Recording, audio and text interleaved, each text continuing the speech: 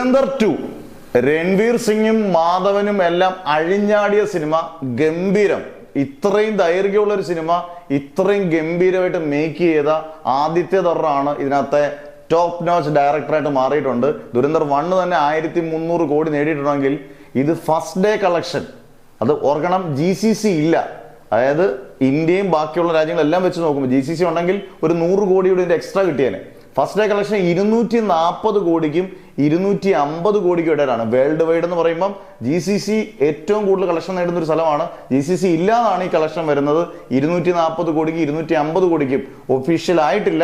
എന്നാൽ ഈ ഒരു കളക്ഷനാണ് ഫസ്റ്റ് ഡേ ദുരന്തർ 2 നേടിയിരിക്കുന്നത്. ഫസ്റ്റ് ഡേ ഇങ്ങനെ നോക്കിയാൽ GCC ഇല്ലാതെ തന്നെ ഏകദേശം 2500 കോടിയൊക്കെ, 2000 ഉറപ്പാണ്, 2000 കൂടുതൽ 2500 കോടിയൊക്കെ കളക്ട് ചെയ്യാൻ ചാൻസ് വളരെയധികം ഉള്ളൊരു സിനിമയാണ് ദുരന്തർ 2.